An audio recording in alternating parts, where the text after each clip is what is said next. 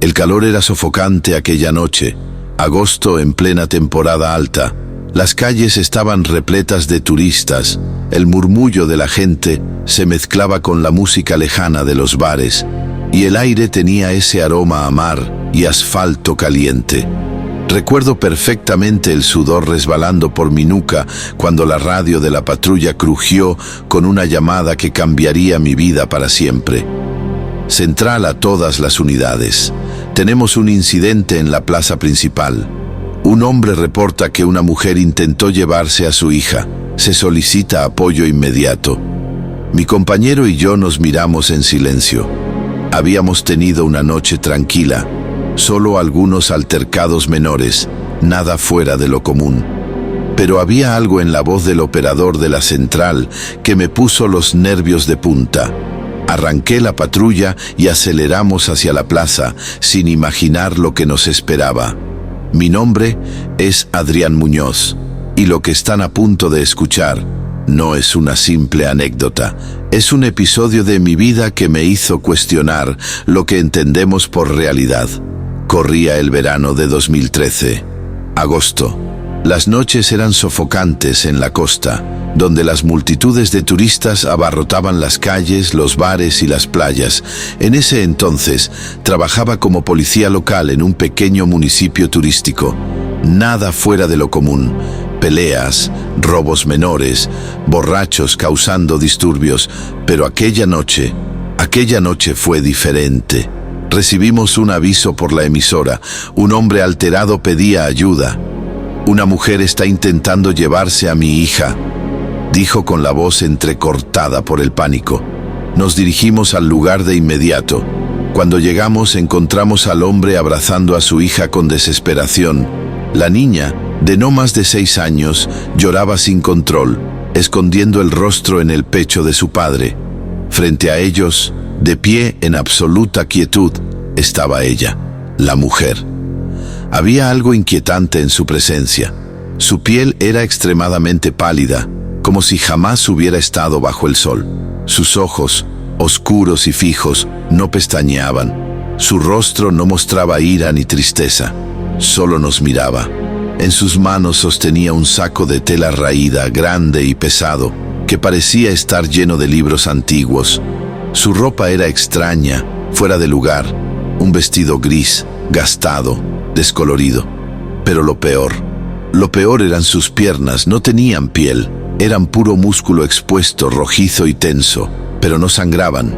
No había signos de heridas recientes ni infecciones, simplemente estaban al descubierto, y ella se mantenía de pie, como si no sintiera dolor alguno. Intentamos hablar con ella, pero no respondía, no parpadeaba, no hacía ningún ademán de reconocimiento, solo nos miraba.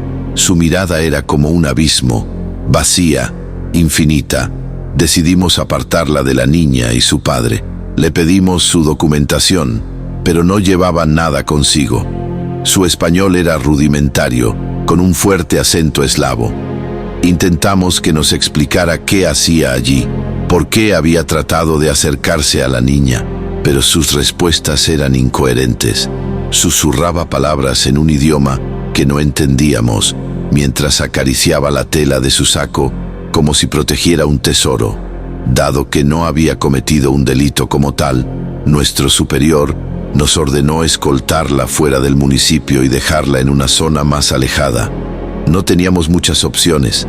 La subimos a la patrulla y la condujimos hasta un pequeño pueblo a 10 kilómetros de distancia. La dejamos allí y nos alejamos sin mirar atrás. Pero el asunto no terminó ahí. Apenas 15 minutos después, la radio volvió a sonar. Otra llamada, otra alerta, una pelea, en el mismo sitio. La descripción coincidía, una mujer con un saco de libros, de aspecto perturbador. Regresamos de inmediato, sintiendo un escalofrío recorrer nuestras espinas dorsales. Y ahí estaba, de pie, exactamente en el mismo lugar donde la habíamos encontrado antes, inmóvil, mirándonos. Era imposible. No había podido regresar tan rápido.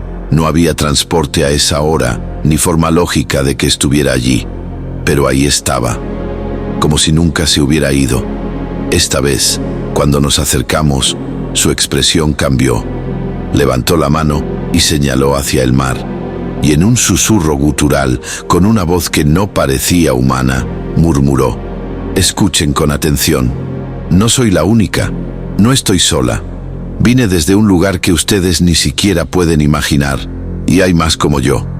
Ya están aquí. Se ocultan entre ustedes, en las sombras, en el agua, en la brisa de la noche. Solo es cuestión de tiempo. El tiempo en que reclamarán lo que siempre les ha pertenecido. Este mundo nunca fue suyo». El aire se volvió helado. Un viento gélido, imposible en una noche de agosto, nos golpeó con una fuerza anómala. Nos quedamos paralizados. Algo en sus palabras no era una advertencia, era una sentencia. A la mañana siguiente, la pesadilla continuó. Los reportes comenzaron a llegar. Testigos aseguraban haber visto a la mujer en lugares imposibles. Dentro de un balcón en un tercer piso, con todas las puertas cerradas desde dentro. Dentro de una furgoneta cerrada, sin signos de que las puertas hubieran sido forzadas. Se movía sin ser vista, sin dejar rastros. Era como si pudiera estar en varios sitios a la vez, como si las leyes de la física no aplicaran a ella. Después de esa noche, desapareció. Nadie volvió a verla. No había registros de su existencia. Nadie en la comisaría pudo encontrar su rastro en ninguna base de datos. Como si nunca hubiera estado allí. Pero yo sé que estuvo. Mis compañeros lo saben. Nosotros la vimos. Y algo en su mirada nos decía que ella sabía algo que nosotros no. Algo que nos supera. Algo que aún está ahí fuera. Soy Javier Roldán y esta es la historia que cambió mi vida para siempre. Lo que estoy a punto de contarles ocurrió en 1998, cuando trabajaba como policía en Santa Elena, Ecuador. No busco convencer a nadie, pero cada palabra que diré es real. Si alguna vez han sentido que algo los observa en la oscuridad, si han experimentado la sensación de que algo está ahí aunque no puedan verlo, entonces entenderán lo que viví aquella noche. La noche estaba oscura y húmeda, con una niebla densa que cubría la carretera desierta. Llevaba horas patrullando sin incidentes, escuchando el crujido de la radio de la patrulla y el ocasional ulular de un búho en la distancia. Era una noche común, o al menos eso pensé, hasta que lo vi. Un niño, de no más de 7 u 8 años, caminaba descalzo por el borde del asfalto. Su ropa estaba sucia, rota en algunas partes, y su piel tenía un tono pálido enfermizo. Lo primero que pensé fue que se había perdido. Detuve la patrulla de inmediato y bajé con cautela. «Oye, ¿estás bien?», pregunté acercándome con el ceño fruncido. El niño levantó la cabeza y me miró con unos ojos grandes y oscuros. No dijo nada, solo me observó con una expresión vacía. Sentí un escalofrío recorrer mi espalda. No parecía asustado ni confundido, solo fuera de lugar. «¿Cómo te llamas? ¿Dónde están tus padres?», insistí, pero seguía sin responder. No podía dejarlo allí. La carretera era peligrosa y a esa hora no había nadie más en kilómetros a la redonda. Abrí la puerta trasera de la patrulla y le hice un gesto para que subiera. Sin dudarlo, obedeció y se sentó en silencio. Durante el trayecto a la estación traté de hablarle de nuevo, pero no hubo respuesta. No lloraba, no temblaba, ni siquiera parecía inquieto. Era como si supiera exactamente a dónde íbamos. Cuando llegamos, la oficial de guardia, Marta, nos miró con extrañeza. «¿Qué tenemos aquí?», preguntó acercándose al niño. Lo encontré caminando solo en la carretera. No dice ni una palabra. Marta intentó hacerle preguntas, pero el niño solo la miró con la misma expresión vacía. Decidimos revisar en el sistema si había algún reporte de un niño desaparecido en la zona. Lo que encontramos nos dejó helados. Había un caso archivado de un niño con la misma descripción exacta, pero fechado hace más de 20 años. Buscamos la vieja carpeta en los archivos físicos y encontramos la foto del niño. El mismo rostro, la misma ropa, la misma mirada inexpresiva. Decía que su nombre era Samuel Méndez y que había muerto en un accidente en la misma carretera donde lo encontré. Mi sangre se heló. Miré al niño sentado en la silla de la oficina, quieto, inmóvil, con la misma expresión de siempre, como si estuviera esperando algo, como si supiera que ya habíamos descubierto su secreto. De pronto, las luces parpadearon. Un viento helado recorrió la estación, aunque todas las puertas y ventanas estaban cerradas. Marta y yo nos miramos sin saber qué hacer. El niño sonrió por primera vez. Fue una sonrisa lenta, antinatural, demasiado amplia para su rostro. Entonces susurró algo. Su voz era débil, como el eco de un susurro en la distancia. No estoy solo. Las luces se apagaron por completo. Un golpe sordo resonó en la puerta de la estación. Luego otro y otro, como si algo o alguien estuviera tratando de entrar. No podíamos ver nada. Solo escuchábamos el golpeteo constante y el sonido de respiraciones en la oscuridad. Entonces un murmullo se deslizó por la sala, bajo las sombras. «Ya vienen». Las luces volvieron con un chasquido. Marta gritó. El niño ya no estaba, pero en su lugar, sobre la silla donde había estado sentado, había una foto antigua. Era la misma imagen de los archivos, pero ahora había algo diferente. A su lado, apenas perceptible en la penumbra, había una figura oscura, deforme, con un rostro distorsionado. Parecía estar susurrándole algo al niño. La puerta seguía abierta de par en par, y en el suelo, sobre el polvo acumulado de la noche, había huellas. Pequeñas huellas húmedas que se alejaban de la estación y desaparecían en la carretera. Esa misma noche, mientras conducía de regreso a casa, lo vi de nuevo. Samuel estaba de pie en la acera, en la misma carretera donde lo había recogido, pero no estaba solo. Una figura alta y delgada, envuelta en sombras, lo sostenía de la mano. Frené en seco. Mis manos sudaban en el volante. El niño alzó su rostro y sonrió. «No estoy solo», repitió con una voz que parecía venir de todas partes y de ninguna a la vez. Antes de que pudiera reaccionar, la figura oscura desapareció, y con ella, Samuel. Pero desde ese día, las apariciones se volvieron constantes. Veía su reflejo en los espejos, en las ventanas de la patrulla. En ocasiones, susurros infantiles inundaban mi radio cuando estaba en servicio. Mi sueño se volvió una tortura. Cada noche despertaba con la sensación de que alguien estaba parado junto a mi cama. Las cosas empeoraron cuando una noche, mientras patrullaba, un colega me llamó aterrado.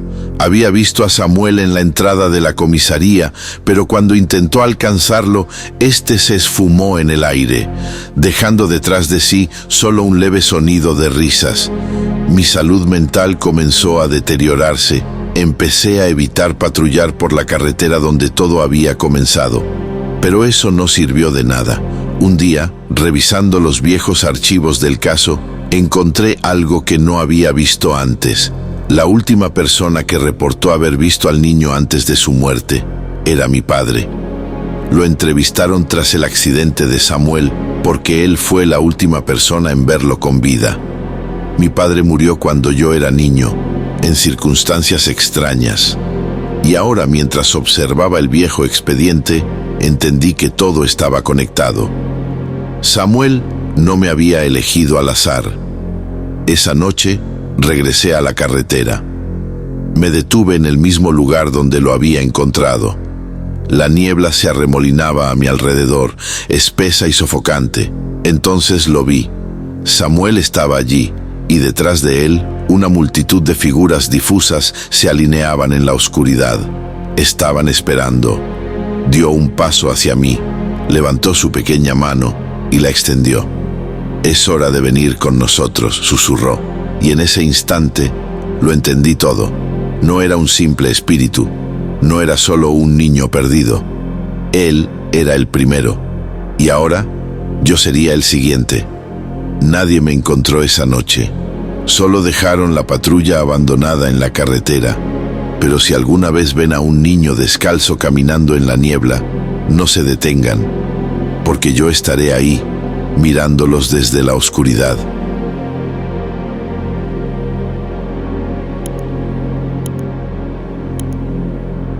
Soy Daniel Salazar y esta es la historia que jamás quise contar. Escucho con frecuencia las historias de este canal y eso me motivó a compartir la mía, porque ahora sé que hay cosas que van más allá de nuestra comprensión. Ocurrió en 2015, cuando fui asignado como guardia nocturno en el cementerio San Gregorio, un viejo camposanto en las afueras de la ciudad. No era mi primer trabajo de vigilancia, pero sí el más extraño. La primera noche, noté que el aire estaba inusualmente frío, incluso para invierno. Algo en el ambiente me ponía los nervios de punta. Todo comenzó con las sombras. Eran rápidas, demasiado rápidas.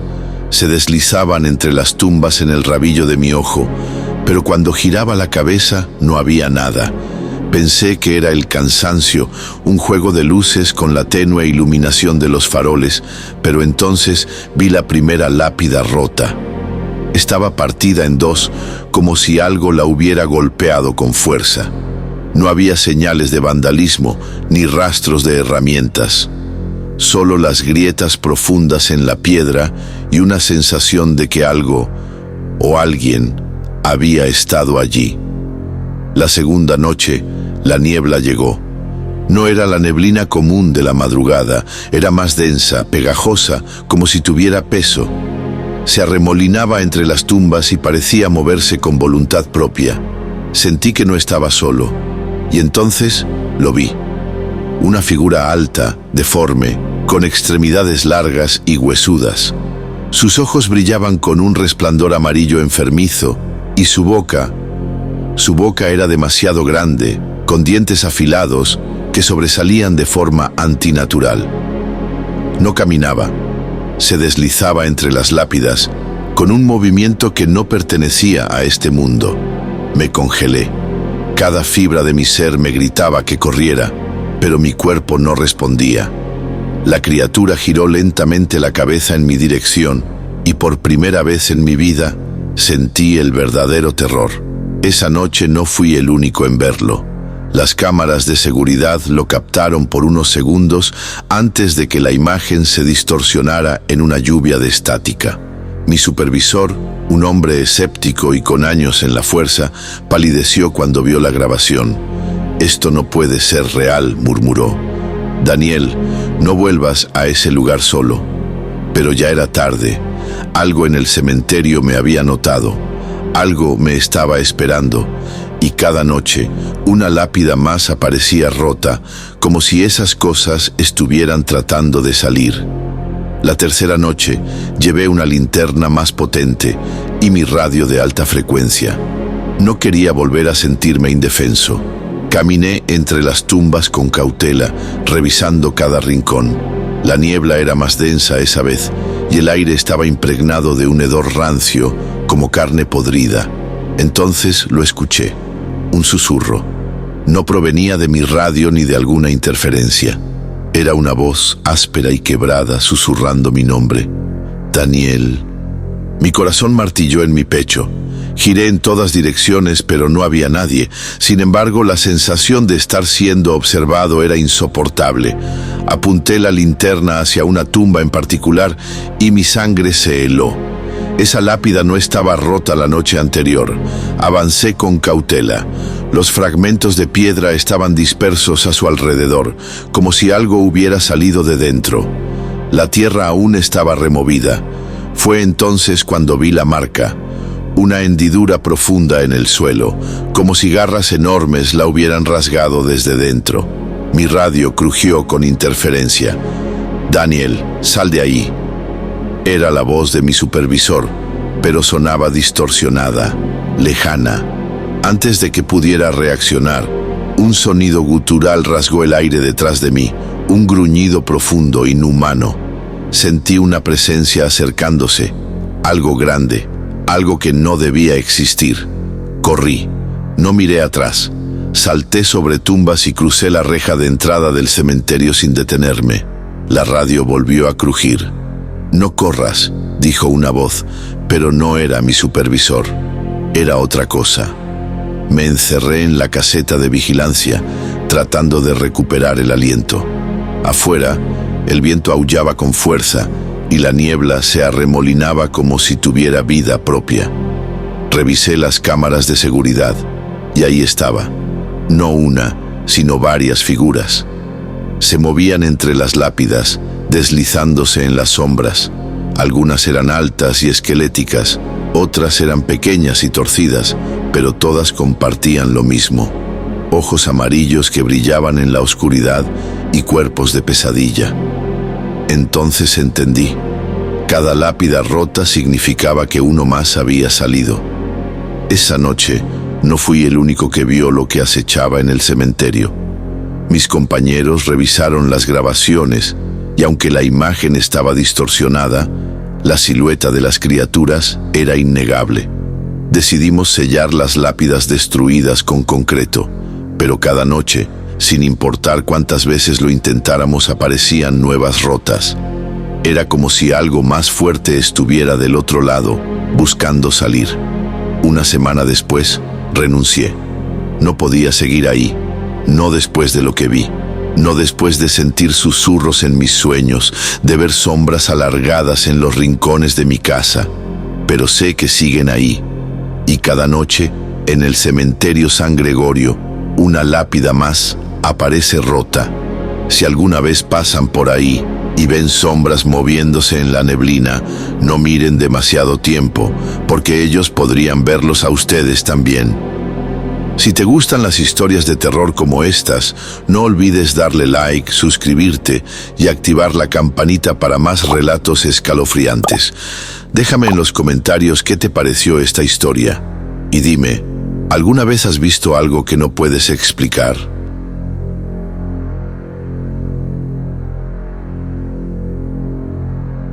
Soy el oficial Ricardo Montes y lo que voy a contar ocurrió una madrugada en la colonia Valle Escondido, en las afueras de Ciudad de México. He trabajado años patrullando las calles, he visto crímenes horrendos, accidentes espantosos, pero nada me preparó para lo que experimenté aquella noche. Eran las 3:12 de la mañana cuando la radio de la patrulla emitió un reporte. Una mujer caminaba sola por la avenida, descalza y con la ropa sucia. Pensé que podría ser una persona extraviada, o peor aún, alguien en peligro. Al girar por la calle señalada, la vi. Caminaba lentamente por el centro de la calle, con una extraña serenidad. Su vestido era largo, blanco, manchado con tierra y quién sabe qué más. Su cabello era largo y oscuro, enredado y húmedo como si acabara de salir de un río. Pero lo que me inquietó fue la forma en que se movía. Sus pies descalzos no hacían ruido y su andar era fluido, demasiado fluido, como si no tocara realmente el suelo. Encendí las luces de la patrulla y bajé con cautela. «Señorita, ¿se encuentra bien?», pregunté. La mujer se detuvo en seco. No me miró de inmediato. Se quedó ahí, inmóvil, con la cabeza ligeramente inclinada. La piel de mis brazos se erizó. Di un paso más. «¿Necesita ayuda? ¿Podemos llevarla a algún lugar seguro?». Lentamente giró la cabeza hacia mí. Fue entonces cuando lo vi. Sus ojos no eran humanos. Parpadearon, pero no de manera normal. Sus párpados se cerraron verticalmente como los de una serpiente. Por un segundo el tiempo pareció detenerse. Mis músculos se tensaron, mi respiración se volvió pesada. Ella sonrió, una sonrisa lenta, perturbadora que dejó ver dientes afilados diminutos como agujas.